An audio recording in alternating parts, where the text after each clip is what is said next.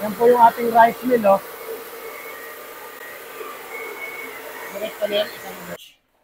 Ang kagandahan nito, combine na po siya, rice mill. Ito, makakagawa na po kayo ng palay, ng bigas.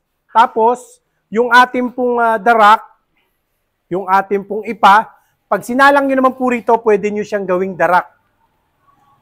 O, pakita natin. Ayan. Ito, tingnan nga natin yung ipa na yan. Nakalo na po dito yung darak. O, sige, try natin.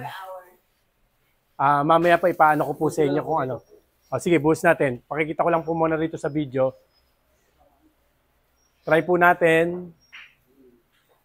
Ayan. O, ayan. Ito po yung pinaka gusto natin siyang pinuhin. So, ito na yung lalabas sa kanya, no?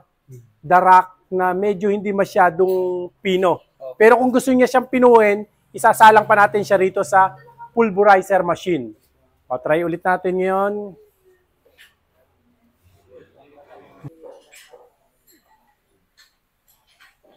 Bubuhol natin yan to, no?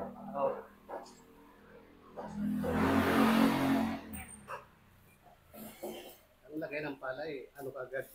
Opo.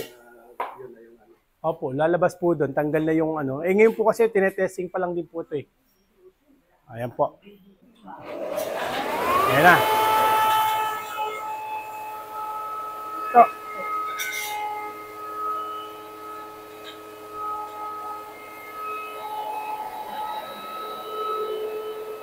Okay.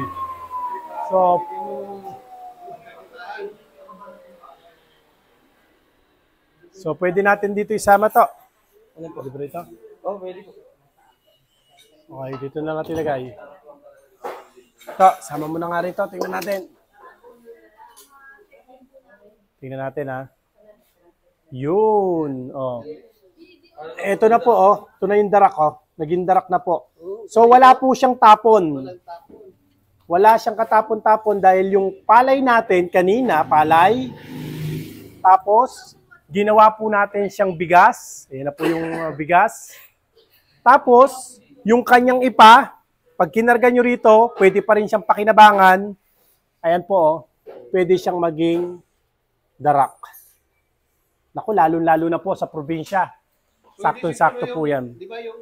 Okay, sa lahat po ng mga interesado, ha, pwede nyo po kaming i-message sa ating pong Facebook page o kaya ay mag-text sa ating numero na naka-flash po dyan sa inyong screen.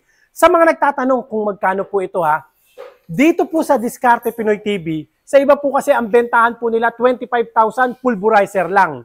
Sa amin, combine na pulverizer with rice mill, with pulverizer na po siya, 23,000 lang po. First come, first serve. Konti na lang po yung ating stock. Message lang po kayo sa lahat po ng mga interesado.